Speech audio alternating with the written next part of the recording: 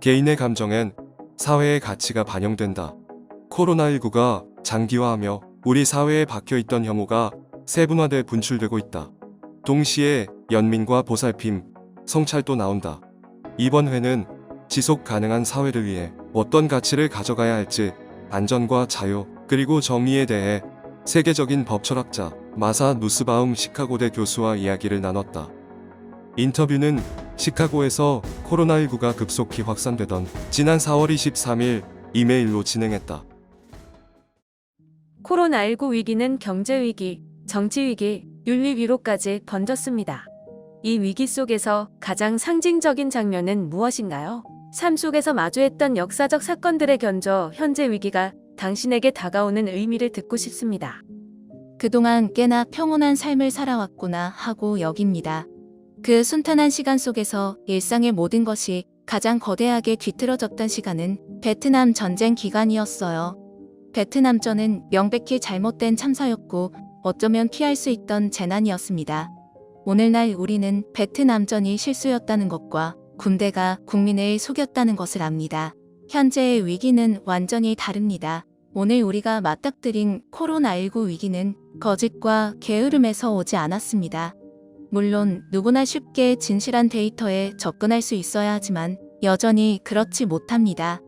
그럼에도 이 위기는 우리 사회를 50년 전만큼이나 양갈래로 찢어놓지는 않았습니다. 우리 모두가 이 위기 속에서 함께합니다. 저는 우리를 에워싸는 공동체 정신을 보며 놀라움을 느끼고 있어요. 서로 다른 사회단체들이 연대하며 서로의 요구를 해결하고자 애씁니다. 제가 살고 있는 시카고시의 슬로건이 매우 상징적이죠. 투게더 어파트. 공익 광고엔 작은 상자 속에 들어있는 100여 명의 시카고 시민들 얼굴이 나옵니다. 나이도 다르고 인종도 다르지만 함께하고 있다는 메시지를 전해요. 그러니까 각자 떨어져 있는 상황에 동의하며 서로를 응원하고 있다는 뜻이에요. 그리고 또 하나의 상징적인 모습이 있습니다. 호숫가 전경입니다. 시카고 시내에 있는 제 아파트에서는 아름다운 미시건호가 내려다 보입니다. 자전거 길과 조깅 트랙이 둘러져 있고 공원이 있죠. 시카고 시민들에게 큰 기쁨을 주는 장소지만 지금 그곳엔 아무도 없습니다.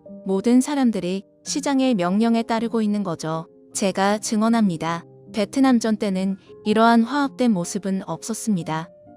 팬데믹은 우리의 숨겨진 편견과 혐오를 드러냈습니다. 서구에서는 아시아 이민자들에 대한 증오가 물리적 폭력으로 나타나고 중국에서는 코로나19 바이러스가 막 퍼지기 시작한 아프리카에서 온 방문객들을 노골적으로 차별합니다. 게다가 코로나19 뉴스는 점점 더 정치적으로 해석되고 정치인들은 자신에게 유리하게 왜곡하여 이득을 취합니다. 당신은 나와는 매우 다른 세상에 살고 있는 것 같아요. 편견과 혐오가 숨겨져 있다고 말하니까요. 제 인생을 통틀어 편견과 혐오가 숨겨져 있던 적은 단 한순간도 없었습니다. 특히 이 미국에서는 더더욱요. 한국은 매우 다른가요?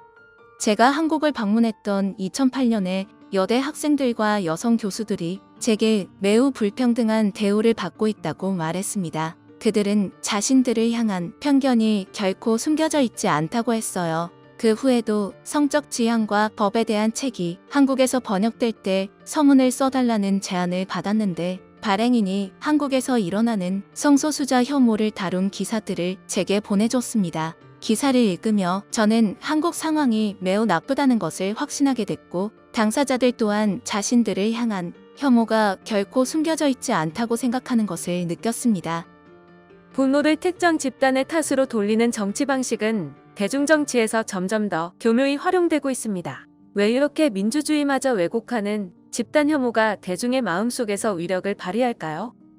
코로나19 위기는 몇 가지 혐오들을 다시금 강화시켰어요. 당신이 언급했듯이 미국에 있는 동아시아계 사람들은 편견과 낙인의 대상이 되었죠. 이는 지난 20여 년 동안 두드러지지 않았던 혐오입니다. 전에는 이렇게까지 편견과 낙인이 심각하지 않았어요. 미국의 대통령이 이를 부추기고 있다고 봅니다. 반면에 지금의 위기 속에서 어떤 편견은 오히려 현실을 여실히 보여주면서 편견과 혐오가 사회 속에 미치는 부정적 영향에 대해 대중들이 의문을 갖고 비판하도록 작동하고 있습니다.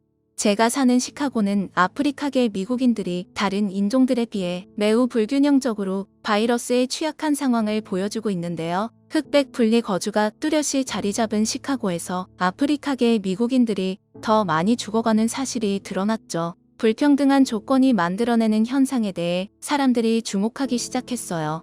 미국 전역에 걸쳐 매우 의미 있는 대화를 촉발시켰습니다. 주거지와 주거 상태, 건강보험 가입 여부, 그리고 영양가 있는 음식이나 식재료에 접근할 수 있는지 여부가 얼마나 건강에 근본적 영향을 미치는지 알게 됐고, 이에 대한 비판의식을 불러일으켰습니다. 제가 지금 시카고와 일리노이주에서 보는 것은 혐오 정치의 이면입니다. 이는 자기 비판 정치라고 불릴 수 있을 겁니다. 사랑의 정치를 위해 반드시 선결돼야 하는 자아 성찰 정치라고 할 수 있어요. 코로나19로 많은 생명을 잃고 있습니다. 이런 상황에서 각자가 인간으로서 취약성을 인식한다는 것은 어떤 의미일까요? 저는 엄청난 자비로움을 봅니다. 오늘의 위기에 맞서는 사람들의 모습은 확실히 베트남전 때와는 다릅니다. 당시에는 사람들에게 아무런 자비로움이 없었어요. 심지어 미국 군인들이 죽어가고 있어도요. 목숨을 잃은 베트남 사람들에 대해서는 그 어떤 자비도 베풀지 않았습니다. 베트남 참전용사 기념관에는 단 한 명의 미군 전사자 이름도 써있지 않고 얼마나 많은 베트남 사람들이 죽었는지에 대한 언급도 전혀 없습니다. 그렇지만 지금 저는 매일매일 TV와 신문에서 코로나19로 사망한 이들에게 전하는 따스한 말과 마주합니다. 가족들이 전하는 감동 어린 기억들과 함께요. 바로 이 자비로움 속에 모두가 취약한 존재라는 인식이 함께 있습니다. 좋은 예 중 하나는 CNN 방송인 크리스 쿠오모의 모습입니다. 그는 바이러스에 감염돼서 정말 심각한 상태였어요. 거의 3주 동안 앓았는데 매일 밤 자기 집 지하실에서 방송을 했습니다. 가족들과는 격리된 상태였죠. 오한이 나서 몸을 떨고 땀을 줄줄 흘려도 사회적 거리를 지키며 혼자 있었어요. 크리스는 방송을 통해 모두에게 자기가 얼마나 두려움에 사로잡혀 있는지 고백했습니다. 이는 연민과 포용의 몸짓이었습니다. 저는 이 바이러스가 평소에 싫어하던 사람들에게도 동정심을 갖게 만드는 그 어려운 일을 했다고 생각합니다. 그러니까 제가 특히나 싫어하는 정치인 중 한 사람이 보리스 존슨 영국 총리인데요. 저는 제가 그에게 어마어마한 자비심을 보내고 있음을 발견했습니다. 그가 회복하기를 간절히 바라는 거예요. 매일 잠에서 깨자마자, 심지어 침대에서 나오기도 전에 구글 검색창에 적습니다. 보리스 존슨 건강. 어쩌면 제가 그를 어릿광대일지언정 뼛속 깊이 악마라고 생각하지는 않아서였겠죠. 누구나 당할 수 있는 불가항력적인 힘에 타격을 입은 사람들에게 공감하지 않을 방법이란 없습니다. 연민의 마음을 거부하기란 여전히 정말로 힘이 듭니다. 현재의 위기에서 자유와 안전은 충돌합니다. 안전을 위해 개인정보가 공개되고 있고요. 사회학자들은 사태가 진정되더라도 국가의 통제 관행은 퇴각하지 않을 것이라고 경고합니다. 지난 40년간 시장 주도의 세계화 과정에서 시장의 힘은 우리의 소비를 통제하고 있습니다. 각자의 일상생활이 빅데이터가 되어 정부와 기업으로 흘러가죠. 자유와 안전의 균형, 어떻게 유지할 수 있을까요?